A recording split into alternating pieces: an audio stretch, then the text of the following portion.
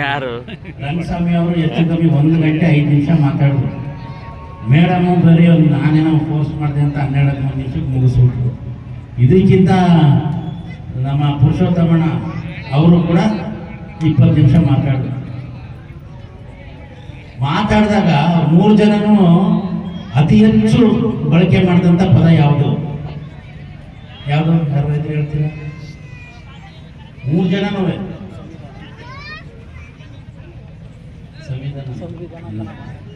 ಎಲ್ರಿಗೂ ನೀವು ಇದನ್ನ ತಿಳ್ಕೋಬೇಕು, ಇದನ್ನ ನೀವು ಅರ್ಥಕೋಬೇಕು, ಇದನ್ನ ನೀವು ತಿಳ್ಕೋಬೇಕು, ಇದನ್ನ ನೀವು ಅರ್ಥಕೋಬೇಕು ಅಂತ ಎಲ್ಲರೂ ಹೇಳಿದ್ರು. ನಾನು ಅದು ಹೇಳ್ತಾ ಇರೋದು. ಹಂಗಾರೆ ತಿಳ್ಕೊಳ್ಳೋದು ಯಾರು? ಅದಕ್ಕೆ ನಾನು ಹೇಳಿದ್ದೆ, ಅವರು ನಾನು ಉದಾಹರಣೆ ತಗೊಳ್ಳೋದು ನನ್ನನ್ನೇ. ನಾನು ಸರಿಯಾದರೆ ಮಾತ್ರ ಈ ಸಮಾಜ ಸರಿಯಾಗುತ್ತೆ. ಮೊದಲು ನಾನು ಸರಿಯಾಗಬೇಕು, ಮೊದಲು ನಾನು ತಿಳ್ಕೊಬೇಕಾದ್ರೆ ಅವಾಗ ಮಾತ್ರ ಸಮಾಜ ಸುಧಾರಣೆಗಳ ಕಡೆಗೆ ಚಿಂತನೆ ಮಾಡಬೇಕು. ನಾನು ಪದ್ಮಶ್ರೀಗಳಿಗೆ ಒಂದು ಮಾತು ಕೇಳಿದೆ, ಈ ಹೆಣ್ಮಕ್ಳಿಗೆ ನಾವು ಯಾಕೆಂದರೆ ಬೇರೆ ಯಾವುದೇ ಕಾರ್ಯಕ್ರಮ ಇರಲಿ, ಈಗ ಮಾರಿಯಮ್ಮನೋ ಇನ್ನೊಂದು ಗಣೇಶ ಪೂಜೆನೋ ಇನ್ನೊಂದು ಆದರೆ ನೀವು ಬೆಳಗ್ಗೆ 6 ಗಂಟೆಗೆ ರೆಡಿಯಾಗಿ ಕ್ಯೂಬಲ್ಲಿ ಇರ್ತೀರಿ.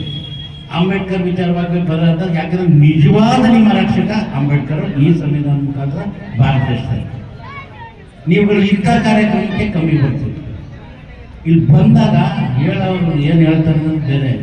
ಇಷ್ಟು ಹೇಳ್ತಾರಲ್ಲ ಏನಾದ್ರು ತಿಳ್ಕೋಬೇಕು ಅಂದರೆ ಮೇಡಮ್ ಹೇಳ್ತಿಲ್ಲ, ಓದಬೇಕು ಅಂತಂದರೆ ನಿಮಗೆ ಯಾರ್ದಾರ ನಾನು ಕೆಟ್ಟವನು, ಇನ್ನೊಬ್ಬನ ಬೆಲೆ ಗೊತ್ತಾಗ್ಬೇಕು, ನನ್ನ ಬೆಲೆ ಗೊತ್ತಾಗ್ಬೇಕಾದ್ರೆ ಇನ್ನೊಂದು ಬಗ್ಗೆ ತುಲನೆ ಆಗಬೇಕು. ಆದರೂ ಅವನು ಯೋಗ್ಯತೆ ತಿಳ್ಕೋಬೇಕು. ಅವಾಗ ನಾನು ಒಳ್ಳೆಯವನ ಕೆಟ್ಟವನು ಅಂತ ಗೊತ್ತಾಗುತ್ತೆ. ನೀವು ಸಂವಿಧಾನಕ್ಕಿಂತ ಮುಖ್ಯವಾಗಿ ಮನುಸ್ಮೃತಿನ ಓದೋದು ನೋಡಿ ಫಸ್ಟ್. ಆವಾಗ ನಿಮಗೆ ಗೊತ್ತಾಗುತ್ತೆ.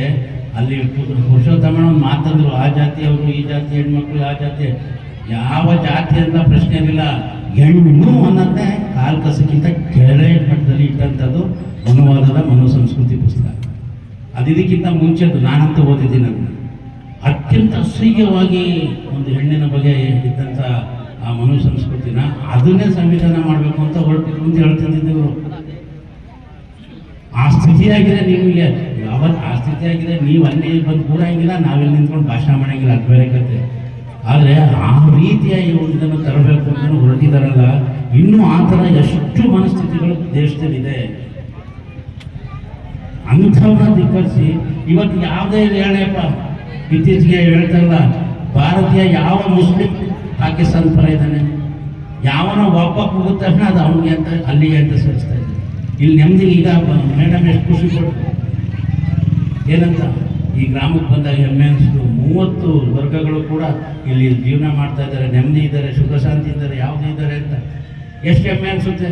ಎಲ್ಲ ವರ್ಗಗಳು ಎಲ್ಲ ಇವರು ಒಟ್ಟಿಗಿದ್ದೀವಿ ಅಂತ ಅಂದ್ಬಿಟ್ಟಿದೆ. ಆಮೇಲೆ ನಿಮ್ಗೆ ಇನ್ನೊಂದು ಇನ್ಫಾರ್ಮೇಷನ್, ಇದು ಸ್ಮಾಲ್ ಭಾರತ. ನನ್ನ ಮನೆ ಇದೆಯಲ್ಲ, ನಮ್ಮ ಮನೆಯೇ ಸ್ಮಾಲ್ ಭಾರತ. ಎಲ್ಲ ಜಾತಿ ಸೊಸೆರು ಈಗ ನಮ್ಮ ಮನೇಲಿ ಇದ್ದಾರೆ. ಜಾತಿ ಇದೆಯಲ್ಲ, ಎಲ್ಲ ಜಾತಿಗಳು ನಮ್ಮ ಮನೇಲಿ ದೀರ್ಘ ಕೂತವ್ರೆ, ಏನು ತೊಂದರೆ. ಈಗ ನಾಳಿದ್ದು ನನ್ನ ಮಗಳ ಮದುವೆ, ಅವಳು ಇಂಟ್ರಿ ಕ್ಯಾಸ್ಟ್ ಮೇಲೆ 8ನೇ ತಾರೀಕು.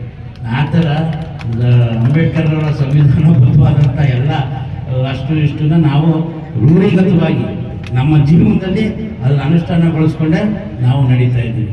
ಅದಕ್ಕೆ ಹೇಳಿದ್ರು, ನಾನು ಸರಿಯಾದರೆ ಸಮಾಜ ಸರಿಯಾಗುತ್ತೆ, ಆಮೇಲೆ ನಾವು ಏನು ಮಾಡೋಣ. ಆ ದಿಕ್ಕಿನಲ್ಲಿ ಹೋಗೋದು ಭಾಳ ಒಳ್ಳೆಯದು. ಇವತ್ತು ವಿಶೇಷ